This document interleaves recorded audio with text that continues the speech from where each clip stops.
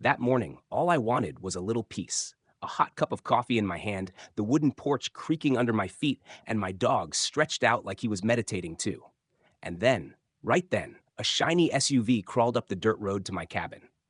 I thought, probably just someone lost.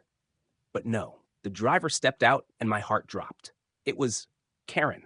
Classic power bob haircut, oversized sunglasses swallowing half her face, and eyes scanning the place like she was taking inventory. Before I could even catch my breath, I saw her point straight at my cabin and say to the guy in the passenger seat, "There, that's the one. Perfect for listing." I nearly choked on my coffee. Listing? My house, the one I bought outright, no mortgage, never once put on the market, suddenly up for sale? The man next to her looked like a rookie realtor, still clutching a massive clipboard, glanced around nervously. So, where's the owner? Karen flashed that smug, infuriating smile. Don't worry, he won't be a problem. I manage this whole area. Right then, my dog lifted his head and growled like he'd just spotted a demon. I sat there, taking another sip of coffee, but my stomach was in knots. I don't know if you can imagine it. Sitting in the comfort of your own space when someone pulls up and declares, "This is mine," right in front of you. It was absurd, infuriating. I stood up, watching them head toward my gate like it was some kind of open house. Karen waved her phone and yelled, "Hey, open the gate. I've got a showing scheduled with a client." Folks, my heart was pounding like a war drum. But instead of losing it, I just smirked. I walked down, turned my key, and with a loud clank, I didn't open the gate. I locked it tighter. Then I wrapped a heavy chain across for good measure. Finally, I grabbed the wooden sign I'd painted the day before and nailed it to the fence. When I looked up, her face was beet red. The sign said just four words: private property, not for sale. And that was the opening act of one of the wildest days I'll never forget. Karen looked at the sign like I'd just insulted the royal crown. She stormed up to the fence, pounding on it and shouting, "You can't do that! I already told my clients this place is on the market. You'll regret this." You know that type of person who thinks they are the law? That's Karen to a T. She was huffing and puffing, face beet red, but still trying to crank out that fake ACOA authority voice. I'm on the board. If I say this property is for sale, then it is. Meanwhile, the poor realtor next to her, man, I almost felt bad for him. His expression started changing, like, oh God, what did I just get dragged into? He flipped through his clipboard, staring at the paperwork, stammering, Karen, are you sure this is your listing? Because I'm seeing some. Karen cut him off, slicing the air with her hand. Of course it's mine. I even signed the papers. That's when I finally burst out laughing. Couldn't help it. I raised my coffee cup, pointed back at the cabin, and said, "Oh, that's rich. My house is for sale, and somehow I didn't get the memo. Tell you what, maybe you should sell this coffee mug for me while you're at it." Folks, I know you'd want to slam the table with me right there.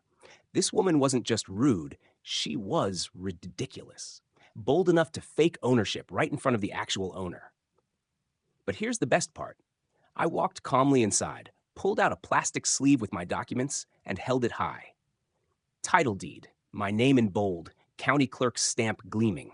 I shoved it right through the fence for both Karen and the realtor to see. The realtor's eyes nearly popped out.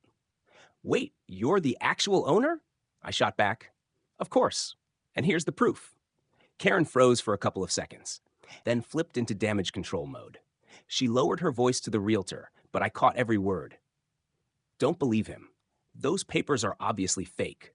I already promised the board. This house belongs to the HOA. Audience, at that moment, I wanted to laugh and clap at the same time. Imagine believing that if you just say something loud enough, confidently enough, reality will bend to your will.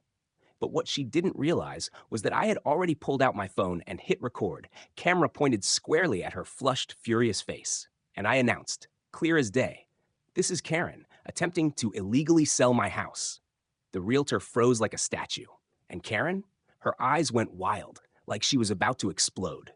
The second I lifted my phone to record, Karen's whole face changed.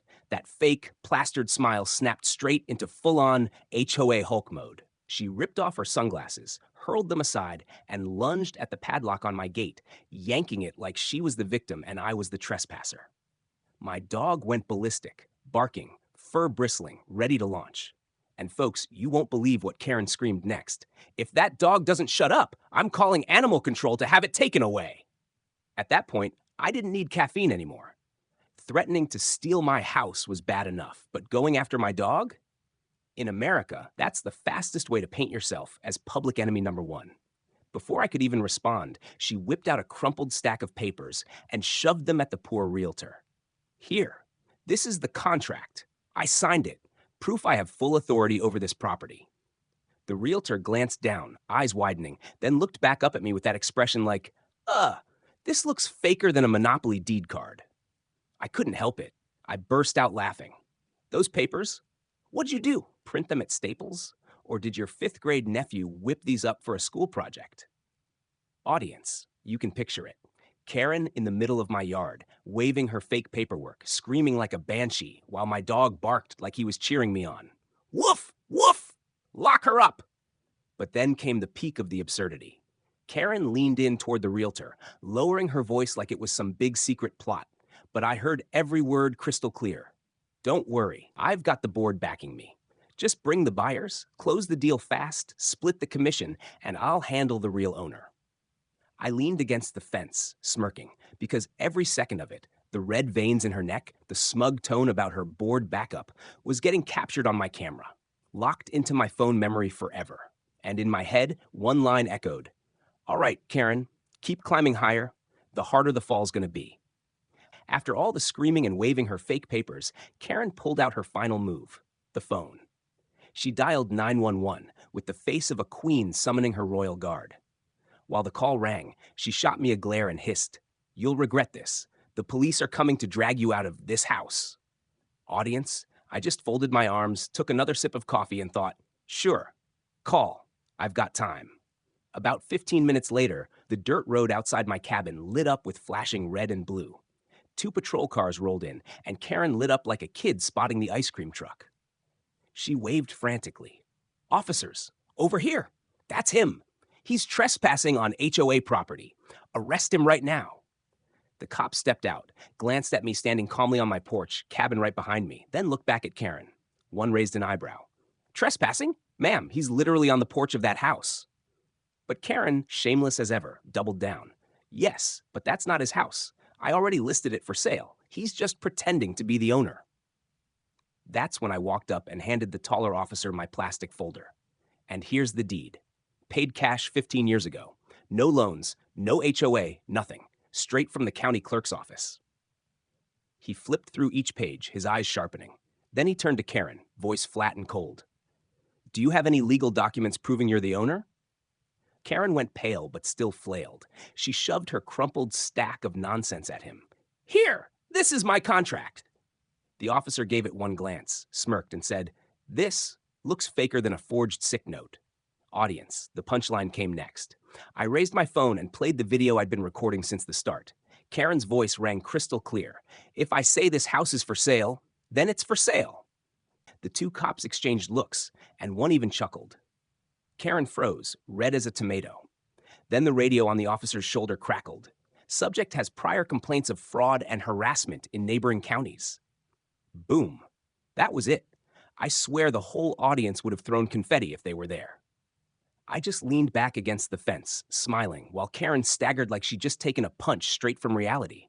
And in my head, one thought echoed. This is just the opening act, Karen. The real show hasn't even started yet. By this point, Karen was nearly desperate, but she still screamed at the officers. "You'll regret this. I've got the board backing me. They'll be here any minute and prove I'm right." Audience, I couldn't help but let out a dry laugh. Backing you up? What is this, a mafia movie? And then, just like a movie, another SUV crept up the gravel road. Out stepped 3 people in suits, 2 men and a woman, all wearing the kind of annoyed faces you see when someone's been dragged away from their golf game. Yep, the HOA board Karen had been bragging about. Karen lit up like she'd just found her cavalry. She yelled, "Tell them, I have full authority to sell this house. I'm doing it for the good of the community." But folks, the real payoff came next. The 3 board members froze the second they noticed my phone pointed at them, red recording light blinking. The woman blurted out a heavy sigh. "Oh my God, she actually did it." I grinned, lifted the phone higher, and said, "That's right. Every single word caught on tape." The shorter man groaned and held his head. "We told you not to push it this far." The cops caught that instantly and turned. "Wait a second. Are you telling us you knew about this scheme?" Silence. The three exchanged panicked glances, but nobody dared answer. And then, boom, the ultimate punchline dropped. From the back of the patrol car, Karen screamed, voice cracking, "Don't you dare pretend! You promised to split the money with me! You made me do this!" Audience. That was it. Curtains down. Not just Karen, but the entire HOA board got dragged right into the spotlight. Every word, every confession, sealed tight on my phone's camera roll. One of the officers shot me a look and gave the slightest nod, like we just busted the whole hive. And me? I just shrugged, smirk tugging at my lips. Told you. Let them climb as high as they want. The fall's gonna hurt that much more. Karen thrashed around in the back of the patrol car, screaming like a washed-up rock star forced to rehearse without an audience. "You can't do this to me. The board will protect me. I did all of this to preserve the neighborhood's value. I'm the only one who knows what's best for this place." The officer slammed the door shut, the metallic clank landing like a final period at the end of her rant. He turned to the HOA board, his voice low but sharp as a blade. "You have the right to remain silent, but if you don't, everything you say from here on out goes into the record." The three board members looked like ghosts. The woman tried to put on a brave face, stammering, "You don't understand. We only wanted to protect the reputation of the neighborhood." I stepped forward, chuckling, and held up my phone. "Reputation, huh?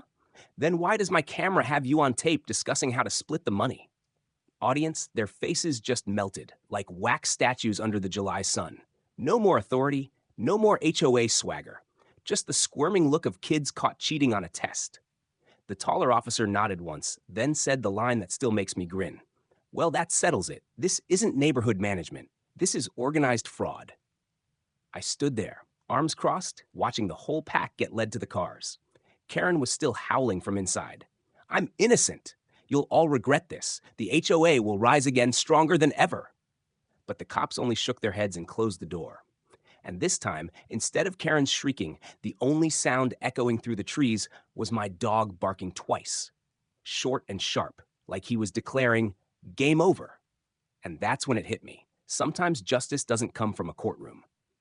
Sometimes all it takes is a camera, a real deed, and a Karen too drunk on imaginary HOA power. I turned back into the house, picked up my coffee gone cold, took one last sip and sighed.